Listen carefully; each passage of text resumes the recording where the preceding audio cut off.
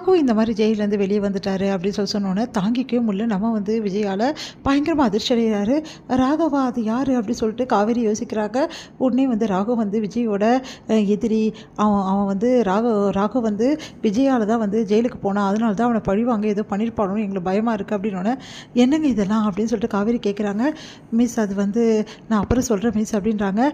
சரி உடனே நான் கிளம்புறேன், நான் விடமாட்டேன், கண்டிப்பாக அந்த ராகு தான் என் குழந்தை வந்து ஏதாவது வந்து தூக்கிட்டு போயிருப்பான்னு தோணுது தாத்தா அப்படின்னோடனே ஆமாப்பா எனக்கு ரொம்ப பயமாக இருக்குது, போலீஸ் உடனே கம்ப்ளைண்ட் கொடுக்கலாம், நான் பார்த்துக்கிறேன் அப்படின்னு சொல்லிட்டு விஜய் வந்து கிளம்ப பார்க்குறாரு. உடனே காவேரி வந்து கையை பிடிக்கிறாங்க. ஒன்றும் புரியாமல் விஜய் திரும்பி பார்க்குறாரு. நானும் வரேன் ப்ளீஸுங்க அப்படின்னோடனே அதெல்லாம் ஒன்றும் வேணாங்க, நான் எப்படியாவது குழந்தைய மீட்டிட்டு வந்துடுவேன், ப்ளீஸுங்க உங்களுக்கு கெஞ்சி கேட்குறேன், எனக்கு ரொம்ப கில்ட்டியாக இருக்குது, என்னால் தான் குழந்தை காண போயிட்டாலும் எனக்கு ரொம்ப பயமாக இருக்குங்க, நான் கூட்டிகிட்டு போயிருந்தேன் இப்படிலாம் நடந்திருக்காதுல்ல அப்படின்னோடனே பரவாயில்ல இந்த கில்ட்டியெல்லாம் உங்களுக்கு வேணாம் மிஸ், நான் உங்களை வேணால் வீட்டில் விட்டுறேன் அப்படின்னோடனே இல்லைங்க நான் கண்டிப்பாக வருவேன் அப்படின்னோடனே வேறு வழி இல்லாமல் விஜயை கூட்டிகிட்டு போகிறாரு. இங்கே வந்து என்ன பண்ணுறாங்க, போலீஸ் வந்து இந்த மாதிரி ராகவ் தான் இதெல்லாம் பண்ணியிருக்காருன்னு சொல்லிட்டு விஜய் கம்ப்ளைண்ட் பண்ணார். போலீஸ் வந்து ராகவ் வந்து தேடுறாங்க எல்லா இடத்துலையும். அதே மாதிரி வந்து ராகவுக்கு இந்த இடத்துல தான் வந்து நிறைய கெஸ்ட் ஹவுஸ் இருக்குது அப்படின்னு சொல்லிட்டு எல்லா விஷயத்தையும் வந்து கண்டுபிடிச்சி சொல்கிறாங்க விஜய்கிட்ட.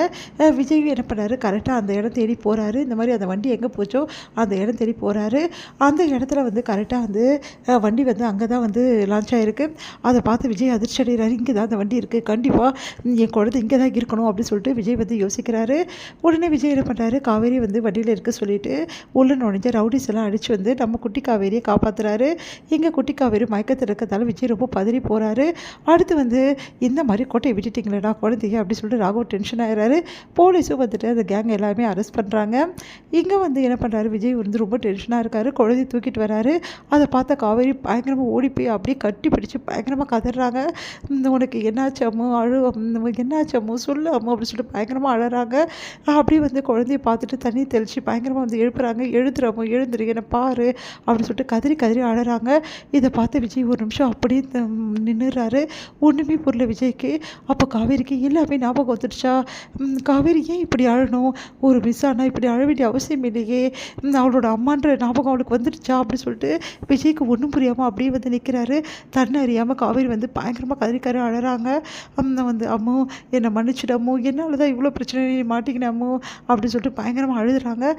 உடனே கண்ணை திறந்து பார்க்குறா குழந்தை. மிஸ் அழாதீங்க மிஸ் அப்படின்னு சொல்கிறா. அதை கேட்டுட்டு வந்து அப்பாடா குழந்தை கண்ணை திறந்துட்டா அப்படின்னு சொல்லிட்டு அப்படியே கட்டிக்கிறாங்க. என்னை மன்னிச்சிடு அம்மோ, நான் தான் எல்லாத்துக்கும் காரணம், நான் உன்னை கூட்டிகிட்டு போயிருக்கணும், நான் உன்னை விட்டுட்டு வந்து தப்பு அம்மு, என்னை மன்னிச்சிடுவியா ப்ளீஸ், சாரி அம்மா அப்படின்னு. மிஸ் அழாதீங்க, நீங்கள் அழாதீங்க மிஸ், என்னால் தான் தப்பு, நான் அவங்க கூட போயிருக்கக்கூடாது, அம்மோ நீ எதுக்கு அவங்க கூட போட அப்படின்னு சொல்லிட்டு அவங்க அப்பா கேட்குறாரு. அப்பா அப்படி சொல்லிட்டு ஓடி வந்து கட்டிக்கிறா. அப்படியே வந்து கட்டிக்கிட்டே வந்து கேட்குறாரு, என்னாச்சு அம்மா, ஒன்றும் இல்லைல்ல, உனக்கு பயந்துட்டியா அப்படின்னோட ஆமாப்பா நான் ரொம்ப பயந்து போயிட்டேன் அப்படின்றாங்க.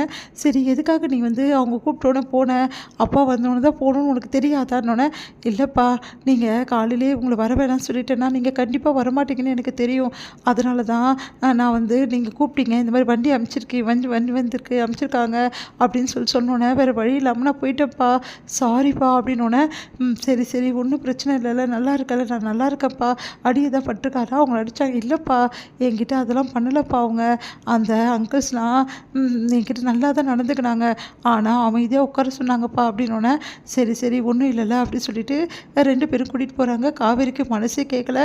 அம்மோ என்னை மன்னிச்சிடல அப்படின்னு. மிஸ் அப்படிலாம் சொல்லாதீங்க மிஸ் அப்படின்றாங்க. வாங்க அம்மோ அப்படி சொல்லிட்டு அப்படியே வந்து கட்டிக்கிட்டு காவேரி வந்து அப்படியே கிஸ் பண்ணுறாங்க. அப்படியே வந்து தூக்கிக்கிறாங்க.